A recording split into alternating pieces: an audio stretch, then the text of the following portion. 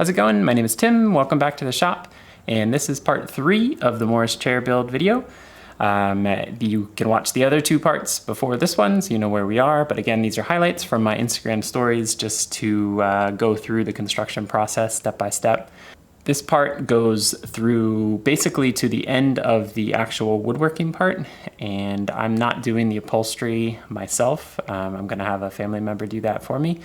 So this is kind of the end, this is it. So at the end of this video, I have basically a Morris chair without a cushion.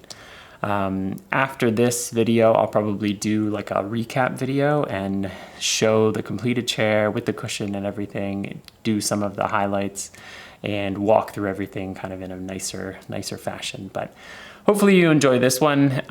If you do, let me know. Feel free to subscribe, comment, all that, hit the like button, and I will see you later. So I always start my mortises out like this, just so that when I go to chopping them, the chisel has just a nice little groove to ride in.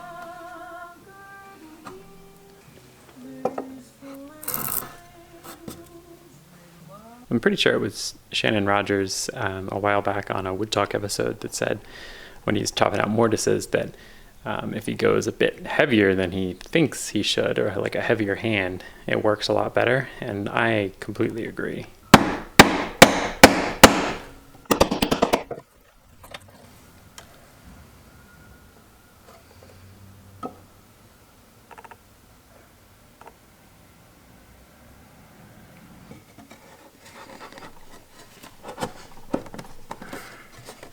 All right, first mortise down, and that's what I would look for. Self-supporting joint. Okay, and all the mortises on the bottom rail are done. It's actually shorter than I thought it was, maybe about half an hour or so to do all 5, and looks good. Now top rail to do, and one side should be done. Okay, and I'm just doing the mortises for the top rail. And again, this is another one of those things that is just a little bit easier with hand tools. So there's an angle on this mortise. I don't know if you can see the mortise line there. So with a mortiser or a drill, you'd be kind of setting up this jig to go at that, I don't know, 3-4 degree angle. Whereas in this case, you just angle your chisel a little bit. Easy.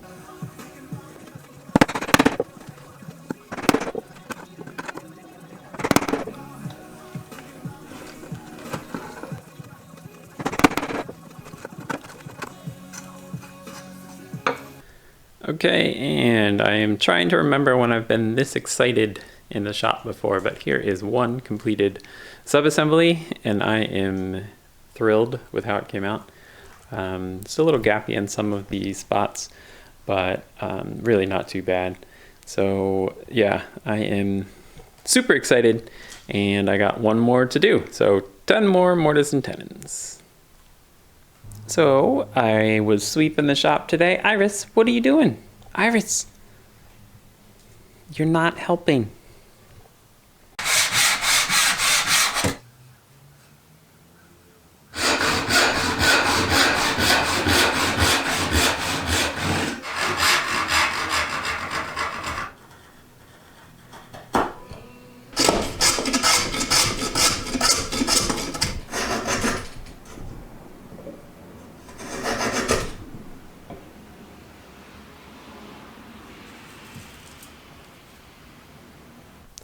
Okay, and just working on the tenons for the other side slats and the other sub-assembly for the base. And I just can't get over how cool these shavings are, these sort of cross-grain shavings. Just so fun.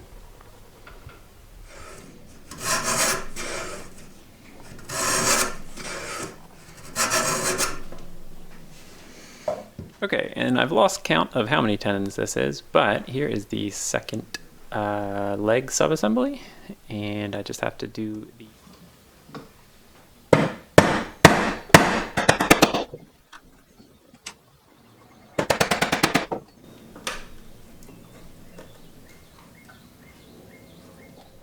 Okay, and more mortises today. Got 5 done, and I'm getting pretty quick at them actually. This is the bottom rail, and then the 5 side slats. So on to the top rail. I also have to say that I'm getting pretty good at mortise and tenon joints. I mean, they are all self-supporting, so practice makes perfect. I got 5 more mortises to go. Okay, and there are 2 leg sub-assemblies. So I am super excited to get to this point. It almost is looking like half a chair anyway. We got to work on the back, but next is going to be the arms. So this is another challenge because there's sort of bent arms, there's a little angle to it, so we will see what happens. Okay, so the base for the Mortise chair is pretty much done. I just need to do the arms next, and that's a bit of a challenge. So obviously the chair has got a slope from front to back, so the top of the arm is going to be flat. So what we need to do is somehow create that slope but also maintain the top being flat. So this is what we're going to do. So I have a adjustable bevel, and I've taken the slope of the arm and then the flat base of that leg and transferred that to the side. Not sure if you can see that line there. The side of the arm piece. So I'm gonna slice off sort of a wedge at the top and flip it over and glue it to the bottom. Not exactly sure if this is going to work, but this is what the plan calls for, so we'll see. Okay, you might be able to see it here with the better lighting. So I have the wedge shape drawn in onto the side of the arm, and I'm just going to go ahead and saw that out, flip it over, and glue the 2 flat pieces together.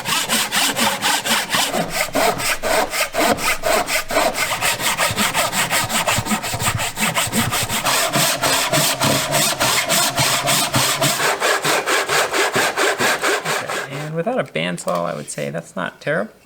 The toughest part's matching this line up.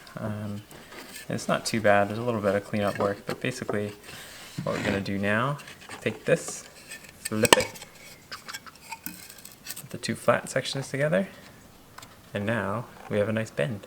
And just so you can get another view of what it's going to look like.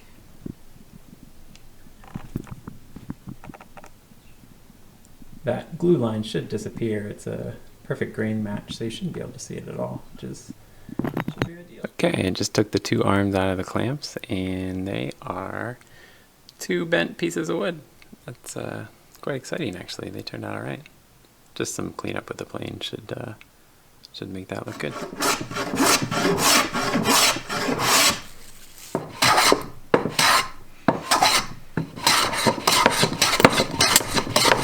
So I just cleaned up the glue lines on the side of these legs, and I have to say that, I mean, you can tell that there's a line in there somewhere, but with the grain match, it's almost invisible. Looks great.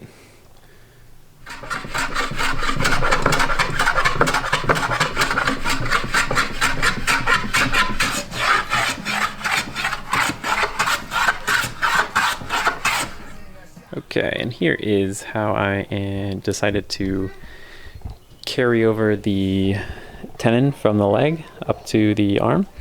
So I basically balanced the whole chair on its side, and I've lined up the tops of the legs with the bottom of the arm, and then I'm just carrying that tenon over to the arm. So hopefully it'll work, because this will be very, very visible.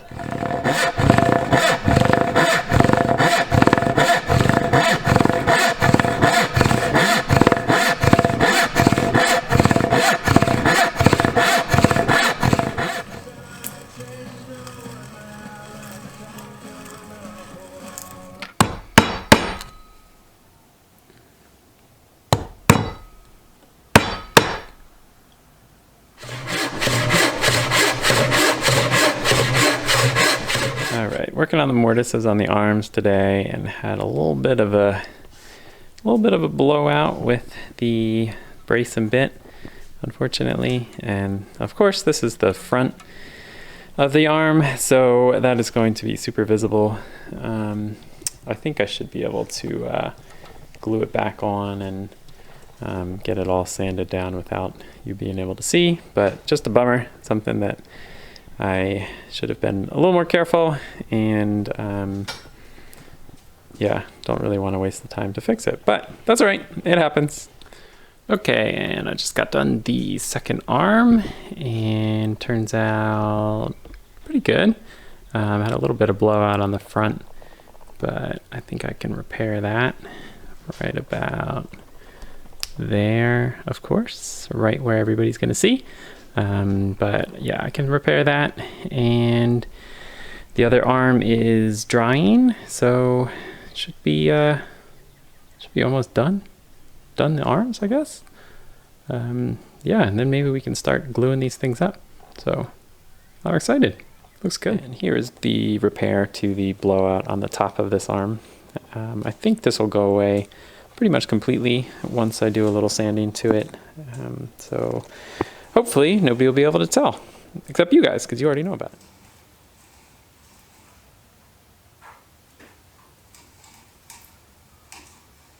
Okay, and here are all of the pieces for the base of the chair.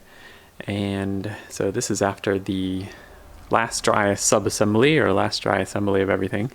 And during that assembly, so I went and marked out the lengths of all the tenons. So now I can go back and just make sure that all of the tenon that sticks out of the mortise, because they're all through tenons, they match. And they have a nice shape to them, nice chamfer to them. And clean everything up, smooth plane it, sand it. I actually probably will sand them.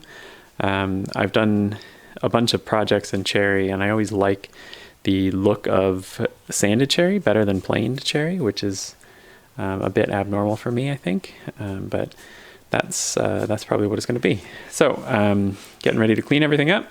Then I'll do some pre-finishing, and we will be ready for some glue up.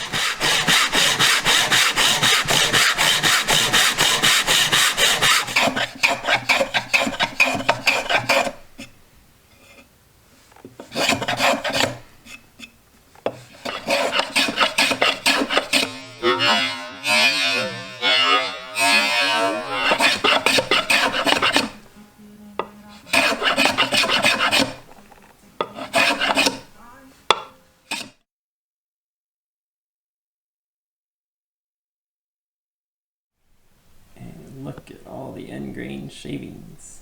So I got all of the tenons trimmed up and nice chamfers on them, and we should be ready to clean everything else up.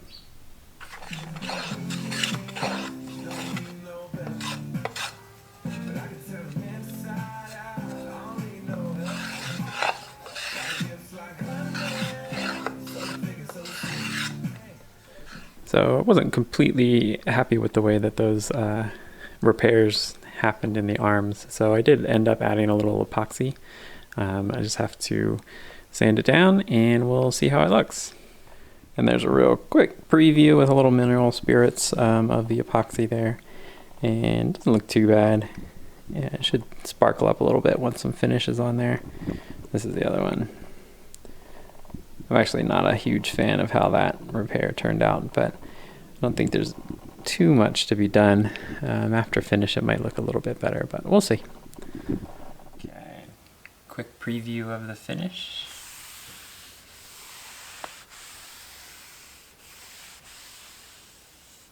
Looks pretty good to me. Okay, so we are all clean and ready for finish. I'm going to do the pre-finishing, and then we'll do the glue up, and I'm fully expecting there to be some areas we'll have to touch up the finish, but that's okay. And for the finish, I'm using Rubio Monocoat. I did a project just a little while ago, and it was in cherry, and I just really liked the finish that the Monocoat gave, so I'm going to go ahead and use it for this.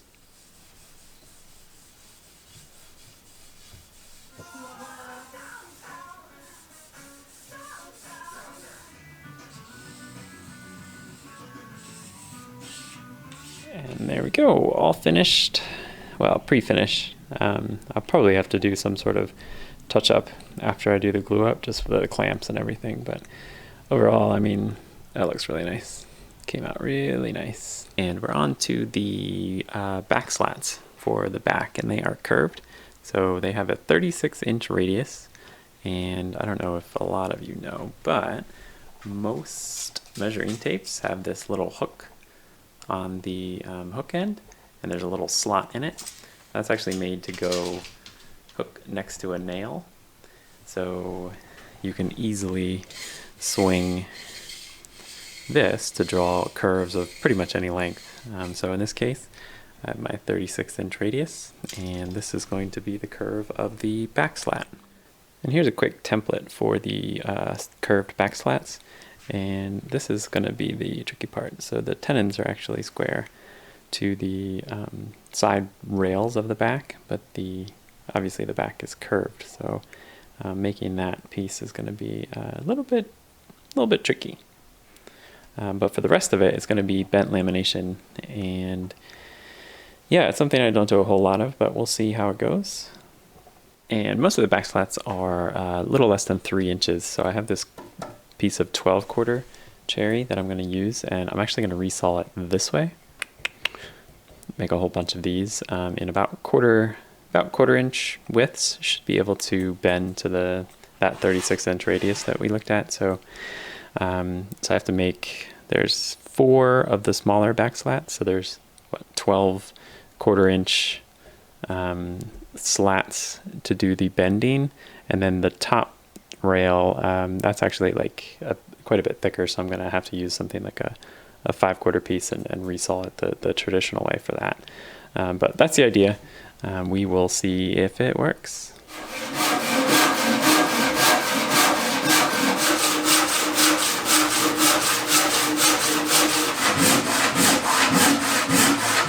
And here are all of the pieces for the back slats. Well, the bottom back slats, I still have to do the top one, which is a little bit wider. But these are all 4 of the bottom. Each one will be 3 pieces, and hopefully that is flexible enough in order to let me make that 36-inch bend. So we'll see.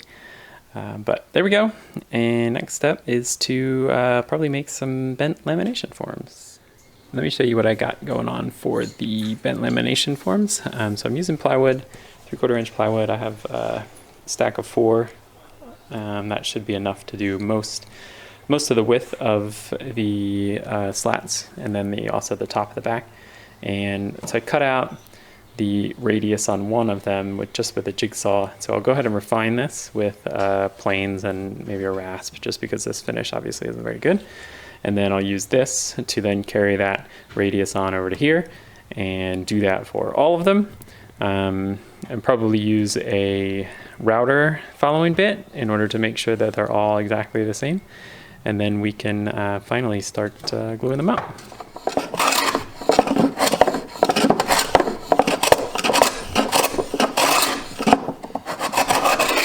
And I have the top of the bent lamination form all set.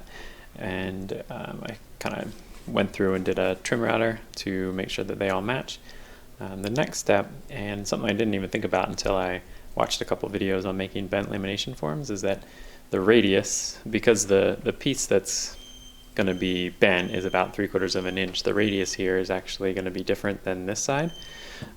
So what you need to do is just find something that is the same thickness as the piece, the finished thickness of the piece, and then go ahead and draw a new curve on here before you cut it out. So I'm just going to use this 3/4-inch plywood because it's going to be about 3/4 of an inch. So I'm going to kind of trace it around, and then we do the second half of the form.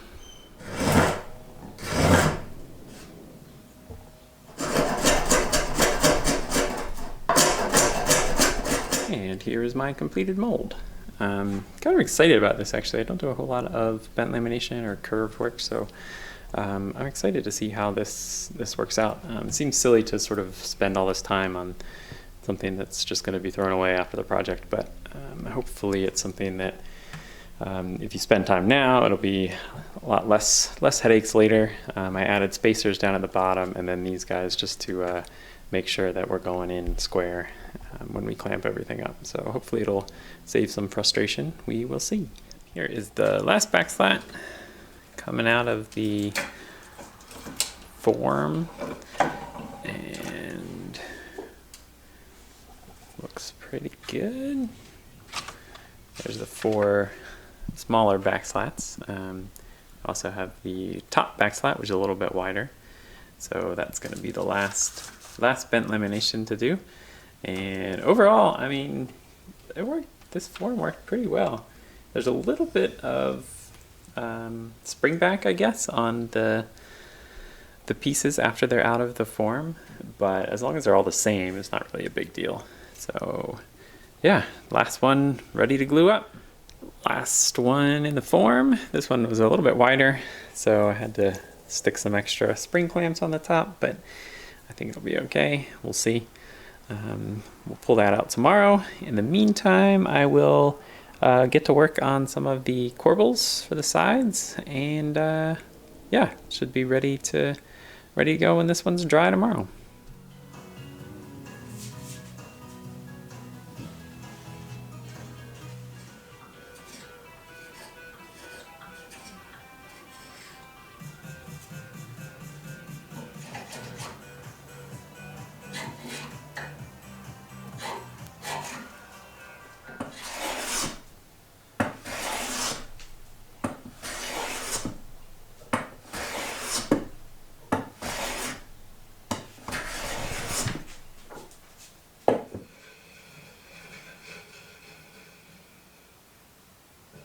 Here are the all of the bent pieces for the back, and I am pleasantly surprised actually how they turned out.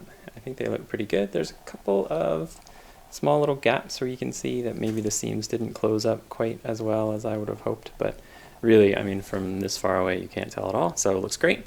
And on to the tricky part of making the square mortises, well, the square tenons on the ends of each of these to go into the mortises. So we'll see. And here is what I come up with for marking out these tenons on the curved piece. So I basically made a flat piece as if the back was going to be completely flat and not curved. And then I put the tenons on each side. So this should be able to line up where I can go ahead and just mark out that tenon on both sides and just saw it out as if it was straight. So yeah, I'm going to give it a test on the first one, and we'll see how it goes.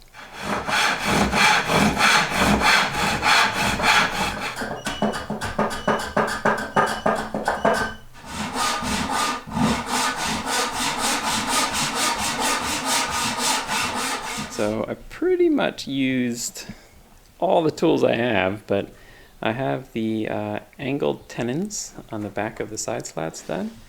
So this was a kind of a tricky cut, but I think it looks pretty good. Here is the test fit of the back.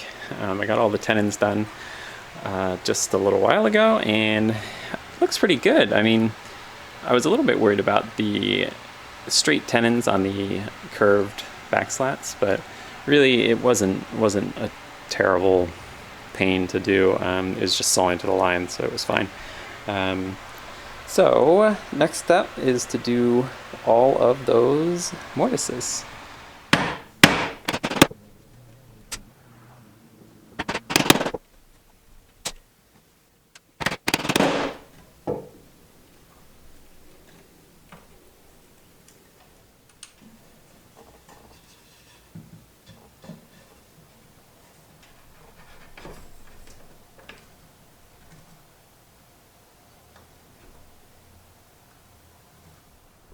And one half is done, or one half of the back, I guess.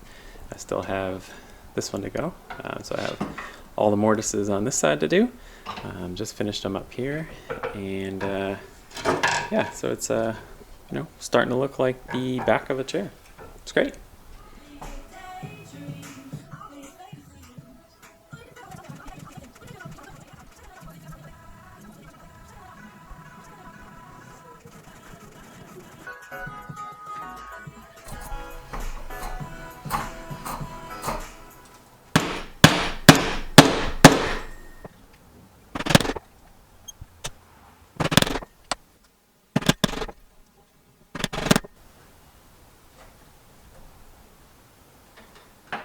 And the remnants of all of my mortises, but there is the back. So this is quite exciting. It's pretty cool, actually. I mean, it does look like the back of a chair. So yeah, I'm quite excited about it. Next step is to, I guess, sand, finish, put it on the actual chair. I don't know, actually.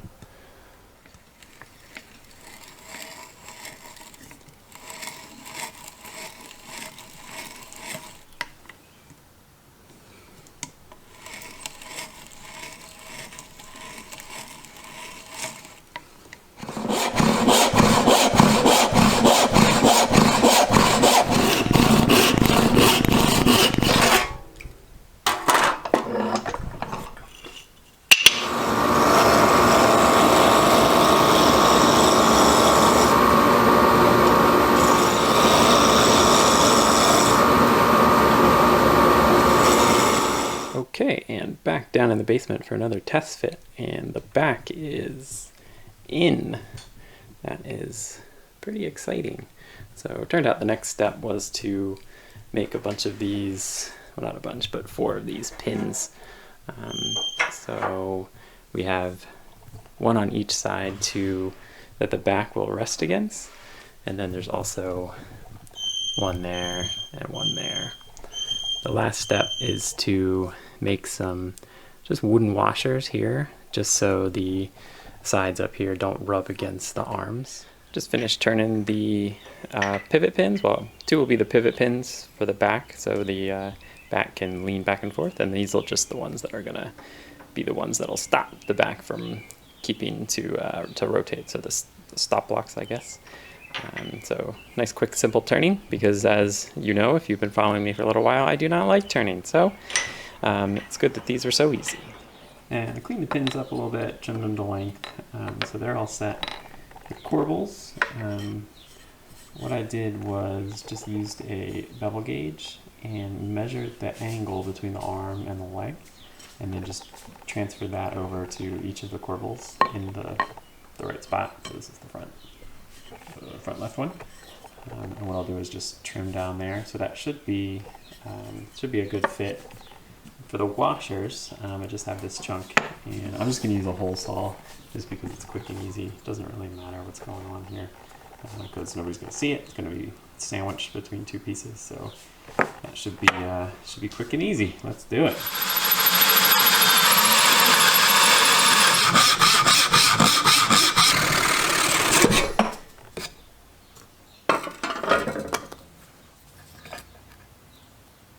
Okay, and a couple of washers done and made, nice and quick. So the idea is that these will go between the back slats and keep them away from hitting the arms, so it just doesn't scratch the arms.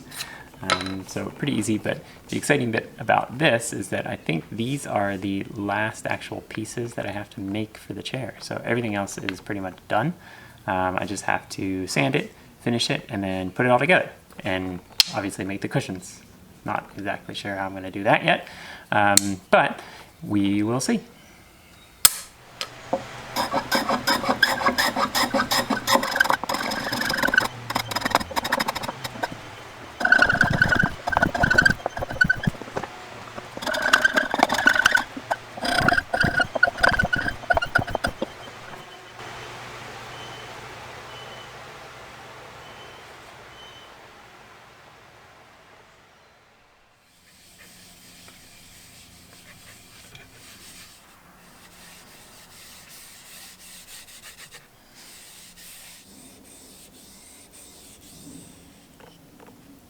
And all of the pieces are finished finally, and some of them came out really nice. Look at that.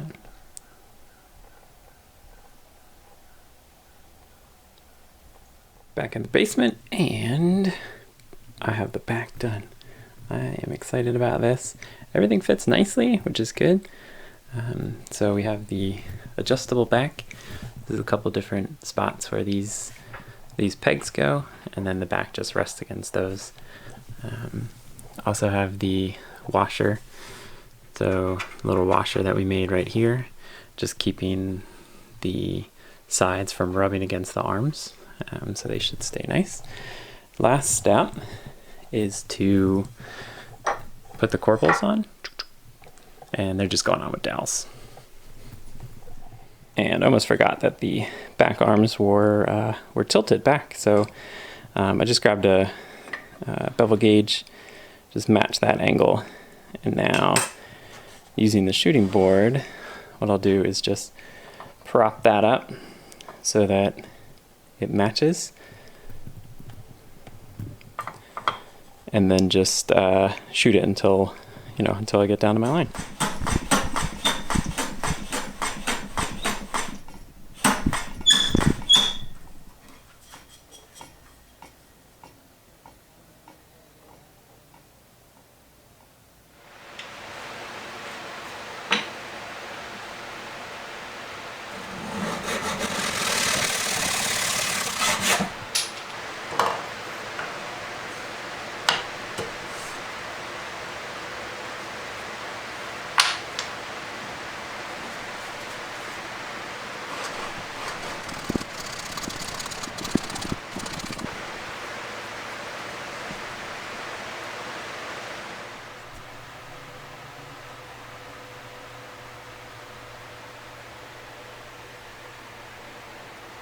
And we're on to the upholstery for the chair. So the frame and everything for the chair is done, and this is going to be the bottom cushion. And I've never done any kind of upholstery before, but the frame itself is really easy. So this was just pocket holes, no big deal. Pocket screws, no big deal. And the next step is to stretch this nylon webbing in between, sort of do like a quilt, sort of woven in and out, and then we'll do the seat on top. So I've never done any of that before, but we'll see how that goes. I've just started putting the nylon webbing on the chair, and it sort of reminds me that I have absolutely no idea what I'm doing for the upholstery, but I don't know, it seems okay. But I have a whole bunch to do this way, and then we'll come in by this side and weave in the other direction. So wish me luck. I did get this upholstery stretcher, and what I think you're supposed to do with it is kind of like use it to pre-stretch this webbing, so when it goes on, you don't like sink to the floor when you sit on a chair. So I think it goes something like that. The trouble is I don't really know how tight to stretch it, so hopefully this is good.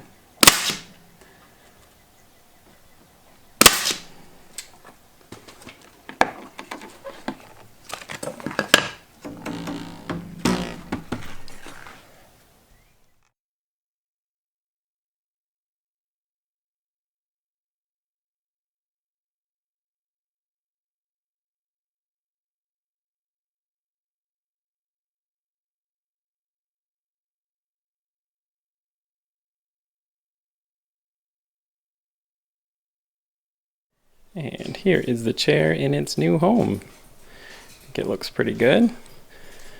Next to Callie. What do you think, Callie? Yeah? Just gotta do the upholstery next. So the cushions and then the back cushion. But I'm pretty excited.